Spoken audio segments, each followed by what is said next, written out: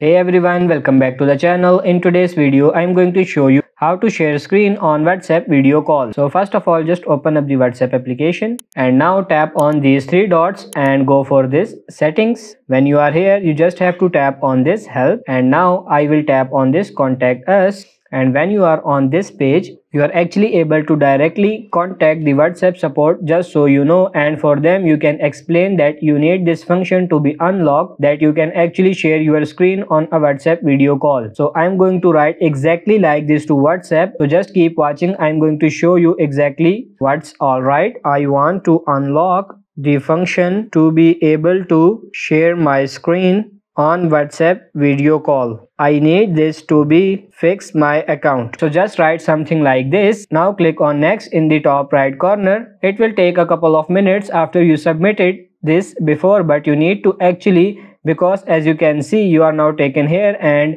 you cannot click on any of these. What you do is instead is to click on that way below, as you can see, where it says send my question to WhatsApp support. So click there instead, and then it will take a couple of minutes for WhatsApp support to be able to respond back to you, and hopefully after that this should be fixed for you. So that's it for this video. I hope this video was helpful. If it is, like it and subscribe to the channel. Thank you.